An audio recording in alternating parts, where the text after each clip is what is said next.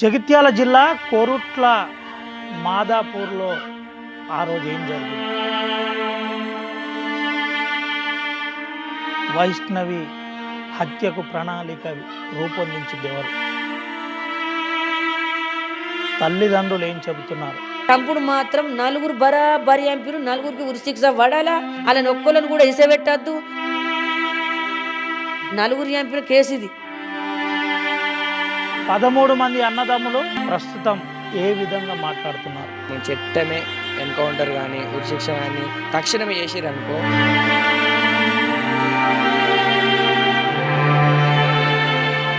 ఆ ఇల్లు వైష్ణవి కోసం ఎలా తల్లడిల్లుతుంది?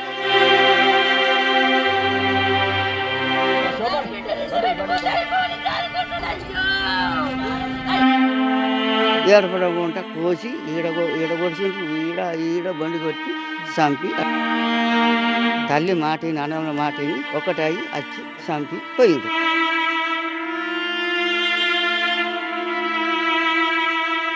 వైష్ణవి అంశం ఇప్పుడు ఏ విధంగా ఉంది? ఆర్టీవీ వాస్తవికాలు చూపెట్టే ప్రయత్నం చేస్తుంది. ఆర్టీవీ గ్రౌండ్ రిపోర్ట్లో అసలు ఏం జరిగింది చూపెట్టే ప్రయత్నం చేద్దాం.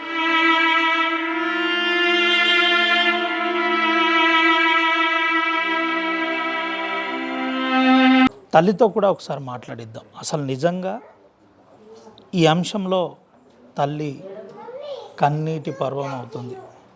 గంధం వైష్ణవి మాదాపూర్ గ్రామంలో ఉన్నాం మనం. ఈ సమయంలో మాట్లాడించద్దు, కానీ మాట్లాడించక తప్పదు. ఎందుకంటే ఇలాంటి చీడ పురుగులు సమాజంలో ఉండకూడదని కుటుంబ సభ్యులతో పాటు 13 మంది అన్నలు కూడా చెబుతున్న పరిస్థితి.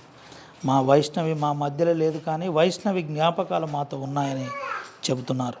ఒకసారి ఈ కన్నీటి పర్వం అవుతున్న తల్లితో మాట్లాడిద్దాం. ఈ సమయంలో మాట్లాడించద్దు, కానీ ప్రయత్నం చేద్దాం. అమ్మ, ఏందమ్మా, ఏం జరిగింది? ఎప్పుడు మీతో చివరిగా మాట్లాడింది తల్లి? సోమవారం పొద్దుకి మాట్లాడింది. ఆ అన్న కూర్చున్నాం, ఇదే వారం ఇయ్యటికి 8 రోజులు అవుతుంది. బయటనే కూర్చున్నాం. నా బిడ్డ నా కాళ్ళ మీద అన్నది అరిగాడు కుర్చేసుకొని కూర్చున్నాడు. కొంచెంసేపు దాకా నా కోడలతో మాట్లాడింది, నాతో మాట్లాడింది. వాడు బిత్తిరి చూస్తుండు. ఎందుకు కూర్చున్నావయ్యా, కడుపులు ఏమన్నా ఉంటే చెప్పు, మరి పిల్ల గురించి నీకు ఏమన్నా ఉంటే నువ్వు వెళ్ళిపో, నీకు ఏమన్నా బాధ అనిపిస్తే వెళ్ళిపో, నీకు నచ్చకపోతే వెళ్ళిపో. కానీ పాపం నువ్వు ఎవరికి నువ్వు మందు తాగినవు, నీ పానం పోయేది మేము కాపాడినాం, ఏమన్నా ఉంటే చెప్పు, కానీ ఎసుంటి లెక్కలు చేయకు అని అంటే, అత్తమ్మ మీరంటే నాకు చాలా ఇష్టం, గట్లెందుకు అనుకుంటావు అని అన్నాడు. మంచిగానే ఉన్నాడు. ఇక నైట్ మంచిగానే ఉన్నాడు. పండుగపోరు అన్నాం, వాళ్ళు అన్నారు, మేము అన్నాం. నైట్ మంచి 12 ఎంగలు వేసిపోయినట్టు వాళ్ళ ఇంటికి. 12 ఎంగలు వేసిపోయి అరిగాని తల్లి, అశోక్ గాడు, ఆనంద్ గాడు నలుగురు ఒక్క రూమ్లో కూర్చున్నారట. నలుగురు ఒక్క రూమ్లో కూర్చొని ఏ లెక్కలల్లో ఎంపాలా, ఏ తర్వేలో ఎంపితే కేసు బయటకు రాదు. అరే మేము అత్తం, నువ్వు కావాలుండు, నీ అత్త మామ పన్నరా లేదా, మనం నలుగురు పోయి చంపుదాం దాన్ని. అది చంపేస్తేనే మనకు మేనత్త పిల్ల ఉన్నది. అక్కడ 20 లక్షలు 30 లక్షలు పోస్తారు. ఎంత డబ్బు అంటే అంత డబ్బు ఇస్తున్నారు. 50 లక్షల ఆస్తి వస్తుంది, 2 ఎకరాల పొలం వస్తుంది, 4 ఎకరాల పొలం వస్తుంది. ఉన్నోళ్ళని చేసుకుంటే బత్తం, లేని వాళ్ళని చేసుకుంటే ఏం బత్తంరా. ఆయన అక్కడ ఫిక్స్ అయింది. ఫస్టే ఫిక్స్ అయింది. కట్ట చేసుకొని పోతే అయిపోవు.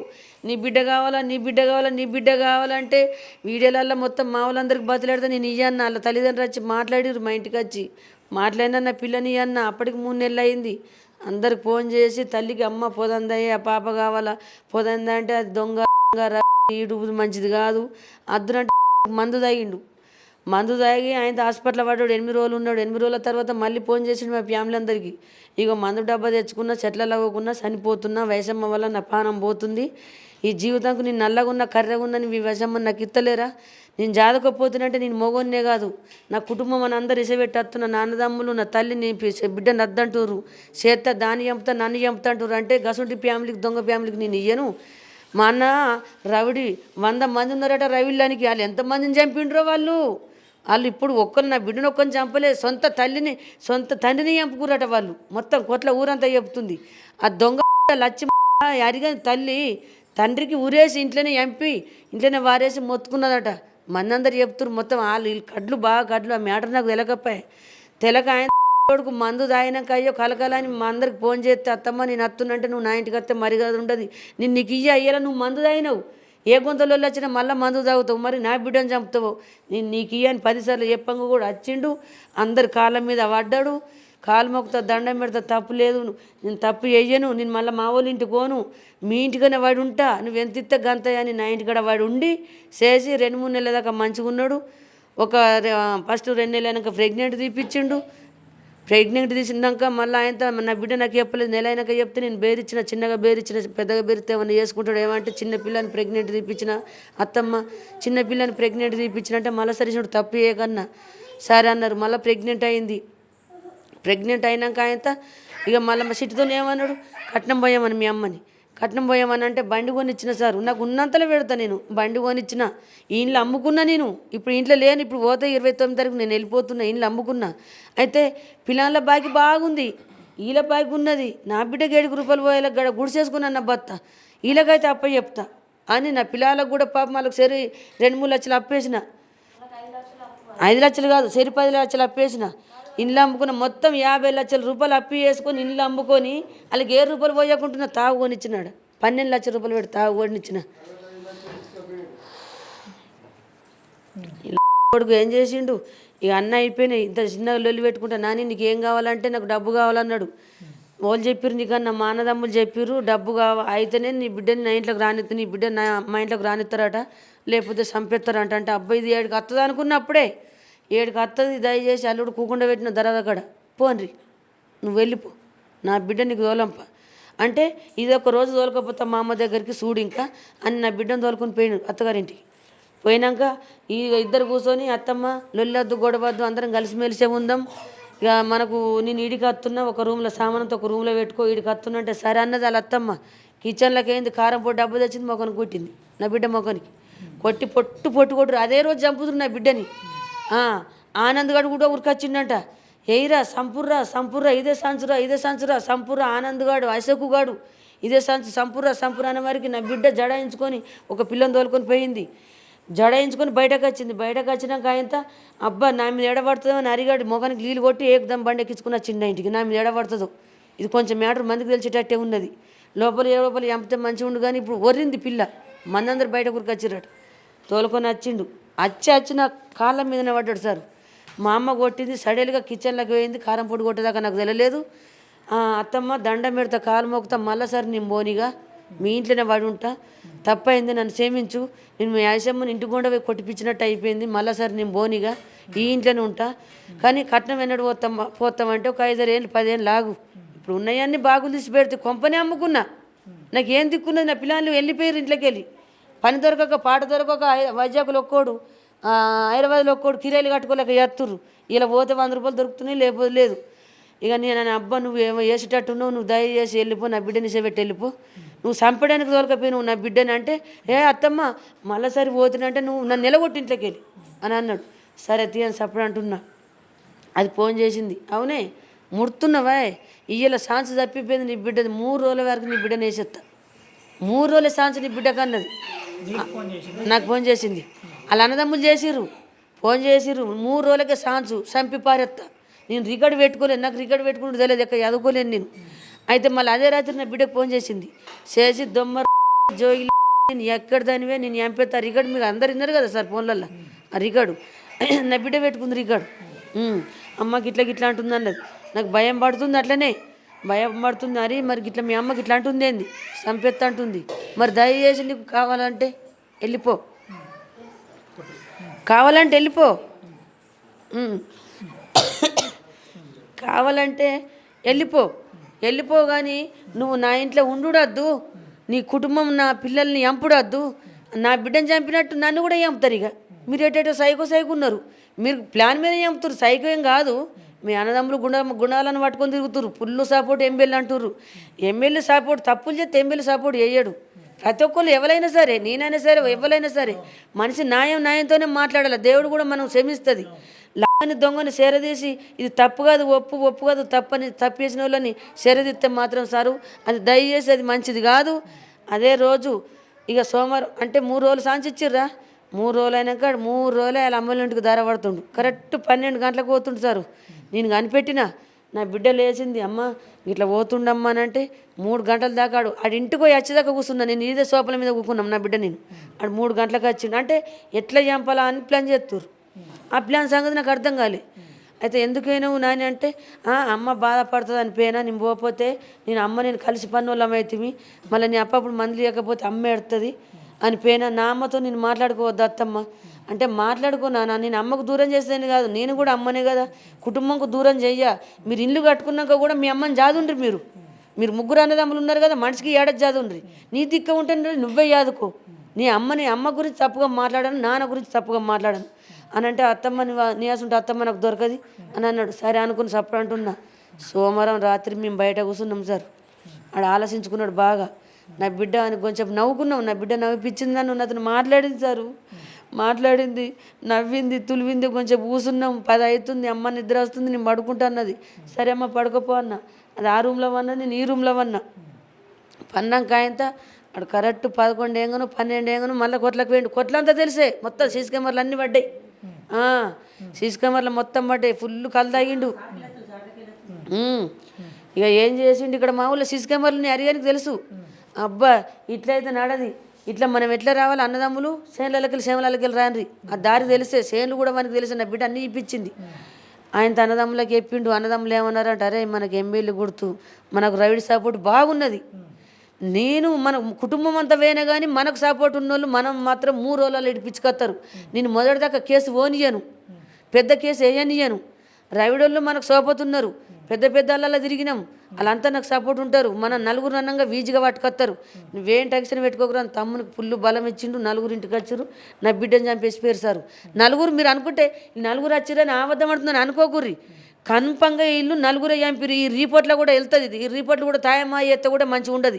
రిపోర్ట్లు కూడా తాయమాయి చేస్తారట. రూపాయలు లంచాలు కడితే కూడా తాయమాయి చేసే మనుషులు ఉన్నారట. నాకు చాలామంది అంటున్నారు. నేను ముఖం పట్టుకుని అనలేను కానీ రిపోర్ట్లు బాగా వాళ్ళందరూ ఎల్లంగా కూడా వాళ్ళందరూ పెట్టకుంటే ఒక్కోలే పెట్టి తాయమై చేస్తారంట. అసంటి రిపోర్ట్లు వాడితే మాత్రం, అసంటి తప్పులు చేస్తే మాత్రం వాళ్ళ కూడా ఫ్యామిలీ ఉన్నది. నా బిడ్డకు న్యాయం చేయాలని కోరుకుంటున్నా. నా చేతికి అంటారు కదా, చట్టం అంటారు కదా, అదే చట్టం ఊరి శిక్ష చేయాలన్న ఊరికి నేను కోరుకునేది ఇది ఒకటే. ప్లాన్తోనే నా బిడ్డని ఆగిరి రూపంలో కాళ్ళు మొక్కిందట. సంపకు వెళ్ళిపోండ్రి, మా అమ్మ నన్ను బతికించుకుంటుంది, నేను అమ్మ లేని బతకలేను, అమ్మ నేను లేని బతకలేదు, నేను యూట్యూబర్ని, నన్ను కలకలు చేయకు, అరే నువ్వు వెళ్ళిపోవాలి, నన్ను చంపకు, కొన ఊపిరి ఉన్నది, నా అమ్మకు బతికించుకుంటుంది అంటే చంపితే పూర్తిగా చంపుతా, గుచ్చి చంపుతా. నీ నోట్లే నా అమ్మ నా పిలిపి వెళ్ళొద్దు, నీ ఫ్యామిలీ పెద్దగా ఉంది, నీ అన్నదమ్ములు బాగున్నారు, నువ్వు చంపుతావంటే నా మ్యాటర్ అంతా చెప్తావు నువ్వు. నాకు చంపి 4కి తలుపులు కొట్టినా సార్ 4 గంటలకు లేచి నేను తలుపులు కొట్టాక కూడా తలుపులు తీయలేడు. సిట్టమ్మ అని అంటే నా సిట్టమ్మ నోరు లేదు. అరిగడు ఏమంటాడు గుర్తేనా, సిట్టి ఊక జాంతరం ఆడకు పండుకో సిట్టి అని కిలికిల నవ్విండు. ఉండు సిట్టి అని వారికి అయ్యో ఇది జాంతరే ఉన్నట్టుందని నేను అనుకున్నా. కానీ సంపుడు మాత్రం 4 బరాబరి చంపిరు. 4కి ఉరిశిక్ష పడాలా. అలాని ఒక్కళ్ళని కూడా ఇసబెట్టద్దు. అయ్యా ఒక్కడే చంపిండని కేసు ఒక్కరి మీదకి నెట్టద్దు. 4 చంపిన కేసు ఇది. ఇడేం చేసిండంటే, అరే నువ్వు 3 వెళ్ళిపోతాం, నువ్వు ఒక్కొని ఉంటే నువ్వు ఒక్కని మీద పడుతుంది, 4 దొరికినామా మళ్ళీ 4 మీద పడుతుంది కేసు అని చంపినరు. నా బిడ్డని సంపుడు 4 చంపిరు. వాళ్ళు వెళ్ళిపోయినరు. ఈయన ఒక్కని ఇంట్లో పోకుండా పెట్టిపోయారు. ఆ కేసు ఈడొక్కని మీద వేసుకుంటుండు. 4 మీద ఎత్తే మనం వెళ్ళాం కదా, రూపాయలు జరిపోవు కదా, మళ్ళీ పెద్ద కేసులు పడితే ఎవరు ఇడిపోయాల 4 అంటే అని 4 ఎంపీరు బరాబరి గట్టిగా సేరిగా తీసుకొని మీరు ప్రతి ఒక్కరికి చెప్తున్నా. ఇప్పుడు 8 రోజులు అవుతుంది. 8 రోజులు అవుతుంది. రేవంత్ రెడ్డి సార్ కూడా ఈ వీడియోలు పోతుంది ముఖ్యమంత్రి గారికి. ఈ వీడియో పోవాలా, ఆయన ఎత్తలేడు మా ఇంటికి, ఇక్కడ రాడా. మేము అందరికీ సపోర్ట్ మేము ఉంటున్నాం కదా, అందరికి సపోర్ట్ ఉంటేనే కదా ఎంపీలు అవుతారు. ఈ సపోర్ట్ అంతా అందరికి ఉంటుంది కదా, అందరు న్యాయం కరెక్ట్ మాట్లాడాలి. ఎంపీలు సార్కు దండం, కవితమ్మకు దండం, కేటీఆర్కు దండం. అది ఇంకా అమ్మ ఉన్నది, ఆమె పేరు ఉండే సీతక్కకు నమస్కారం, పవన్ కళ్యాణ్కు నమస్కారం, మెట్పే ఎంపీలు గారికి నమస్కారం, అది నిజం ఇప్పుడు జగిత్యాల ఎంపీలకి నమస్కారం.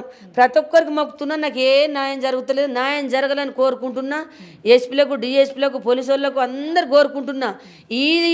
ఈ పంచాయతీ పెద్ద ఇది, ఎందుకంటే మర్డర్ కేసు పెద్దది కాబట్టి నా బిడ్డకు అన్యాయం చేసిరు కాబట్టి రాష్ట్రం అంతా చేతులెత్తి మొక్కుంటున్నా. నా బిడ్డకు అందరు పానే ఉన్నారు.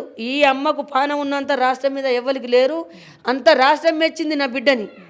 వీళ్ళకి ఏమైంది అయ్యా, నా బిడ్డను చిన్న పిల్ల అయ్యా, తప్పు ఎత్తన అతను చెప్పనుంటివి.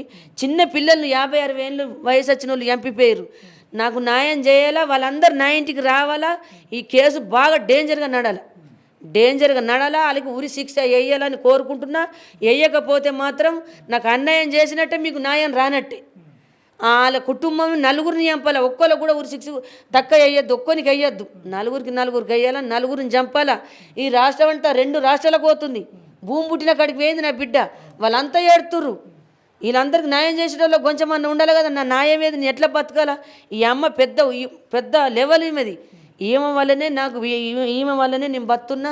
నా మౌని కూడా కళ్ళు పెట్టిస్తున్నది. ఇప్పుడు ఎవరు సాయం చేయాలా? నాకు ఎవరి బలం ఉండాలా?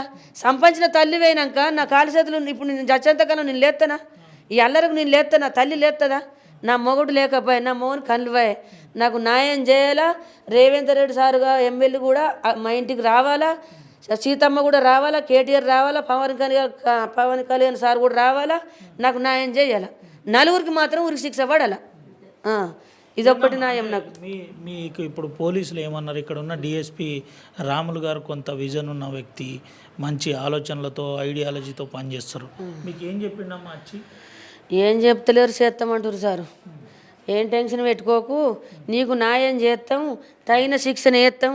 తగిన శిక్ష సారు, కుక్కని పందిని చంపితే తగిన శిక్ష వేయండి. మనుషులు సార్, వీళ్ళు మనుషులు. అదే మరి నేను చెప్తున్నా, శిక్ష ఎత్తామని అంటారు కదా, అదే శిక్ష నాకు వేయండి. నేను వాళ్ళ నలుగురిని మళ్ళీ ఈ మాట అంటేనేమో ఈ మాట అనద్దు అంటారు సారు. మరి వాళ్ళ నలుగురిని నేను గౌరవించాలా, చట్టాన్ని గౌరవించాలని ఈ న్యాయాన్ని చట్టంకి చెప్తున్నా. ఆ చట్టం చేతుల్ని పెట్టుకొని నేను చంపుతాను, నేను అంటలేను. ఇప్పుడు అన్నగావచ్చు అన్ని వీడియోలల్లా, ఇప్పటి నుంచి అలానను చట్టం అలా గురి శిక్ష వేయాలి.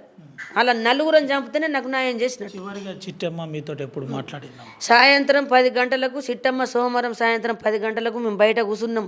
నా దగ్గర ఇక్కడ అన్నది చిన్న కోడలు చిన్న వదినకు ఫోన్ చేసింది, పెద్ద వదినకు ఫోన్ చేసింది, చిన్న పిల్లలతో నవ్వింది.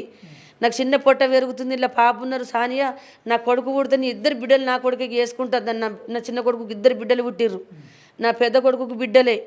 వాళ్ళకి పని లేక పాటలేక వాళ్ళు ఒక సాగు చేస్తుర్రు. ఈ పిల్ల నవ్వుకుంటా, నేను చేస్తా మిమ్మల్ని, నేను యూట్యూబర్ని అవుతున్నా, మిమ్మల్ని అందరిని బతికిస్తా, చిన్నోని కూడా బతికిస్తా, చిన్నోని దేశం దోలంపుతా, మీరు ఏం టెన్షన్ పెట్టుకోకుర్రి.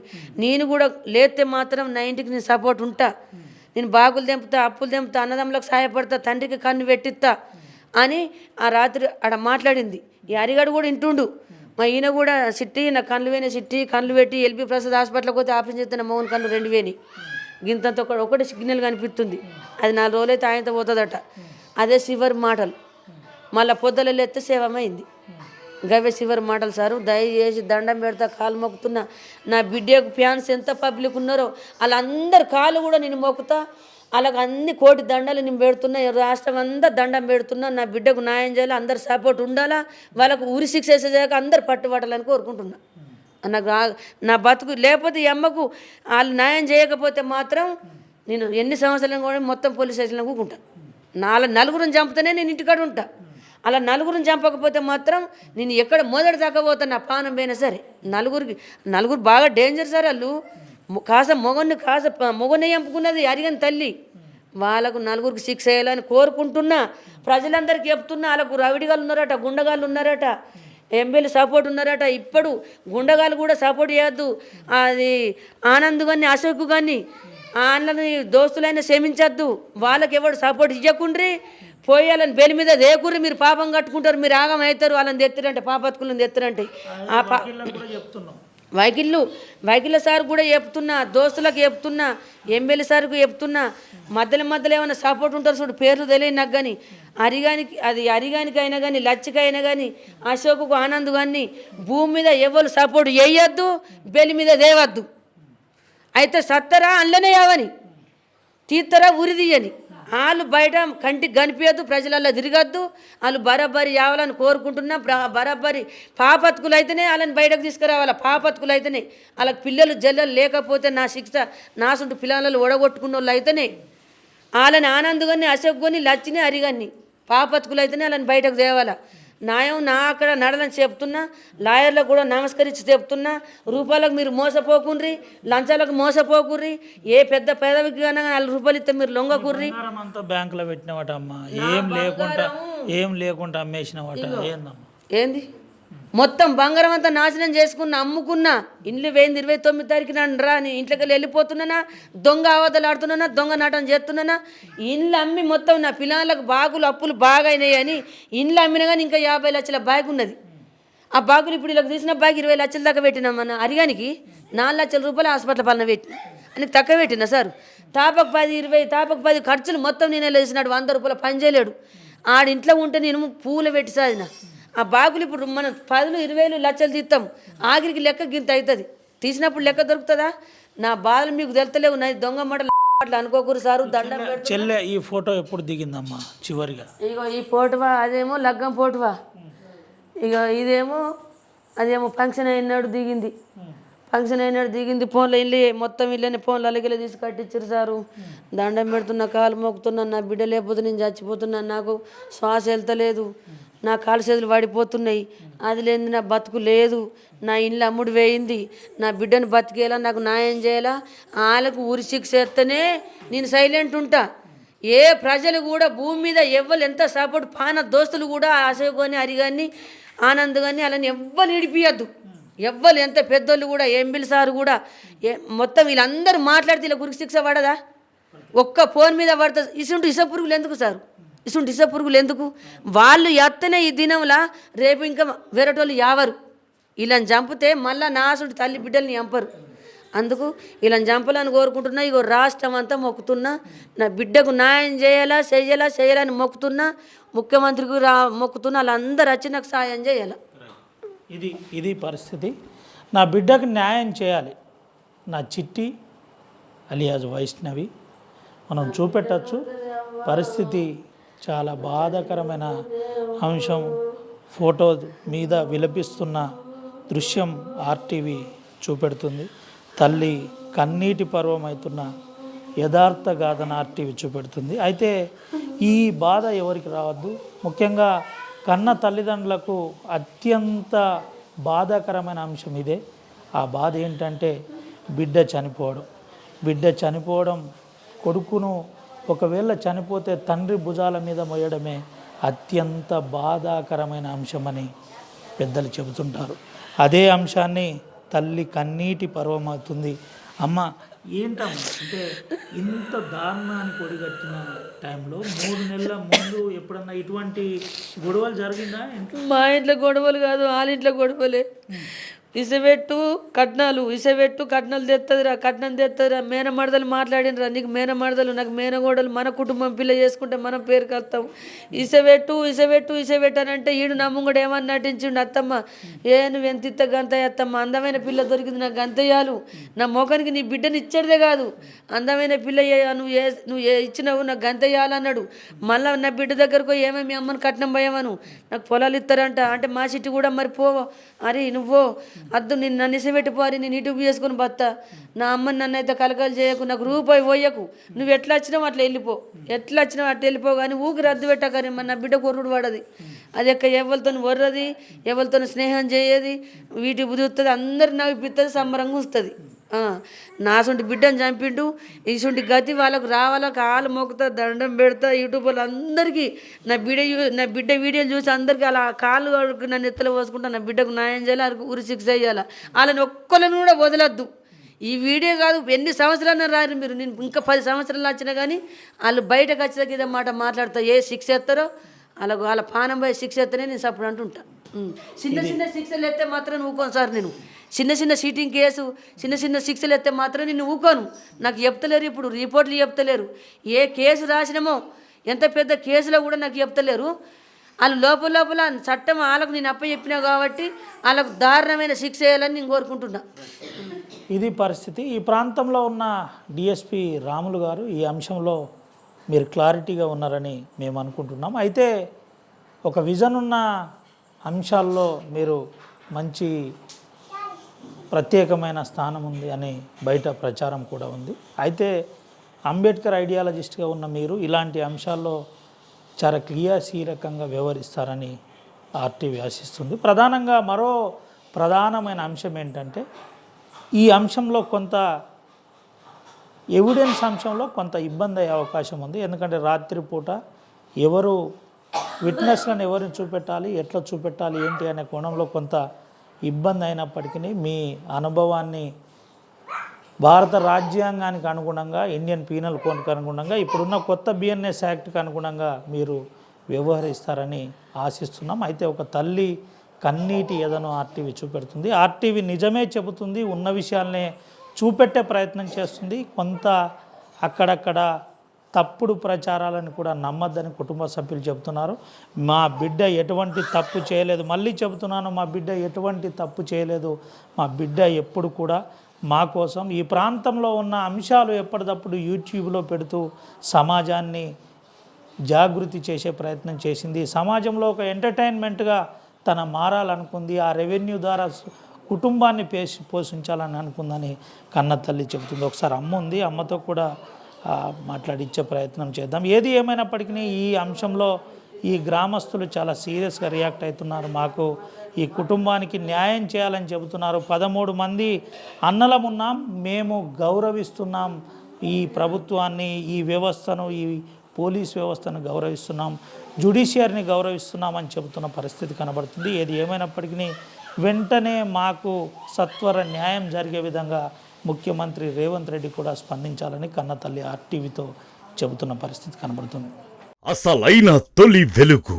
ఫాలో వాట్సాప్ @తొలి వెలుగు official.